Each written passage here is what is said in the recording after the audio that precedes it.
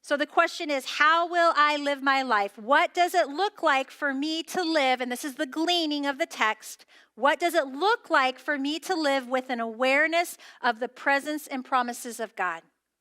I guarantee you, as you sit down with the Holy Spirit this week and go over these questions, that the Lord is going to speak to you. He may speak on all of these. He may speak on one, but he will speak, I promise you. So what does it look like for me to live with an awareness of the presence and promises of God? What does it look like for me to live waiting on Jesus and what he wants to do? What does it look like for me to live filled with the Holy Spirit, receiving the promises and being led by the Holy Spirit? And what does it look like for me to live partnered with God through his words, through me, which is prophecy? Okay, that's Simeon gleaning from the text how he lived his life, how he positioned himself for the arrival of Jesus, and how he responded to the arrival of Jesus, and what we're invited to.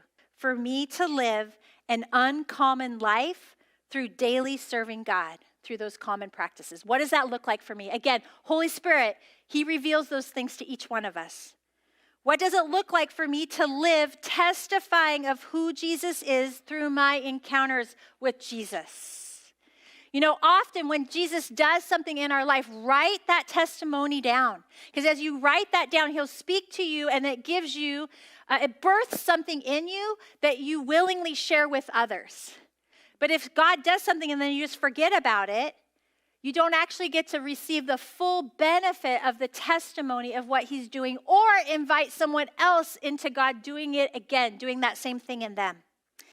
So how will I live my life? Again, what does it look like for me to live seeking Jesus beyond what I have known or even think I know?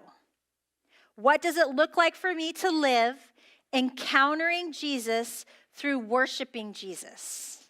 What does that look like for me? And what does it look like for me to live receiving and following God's direction for my life?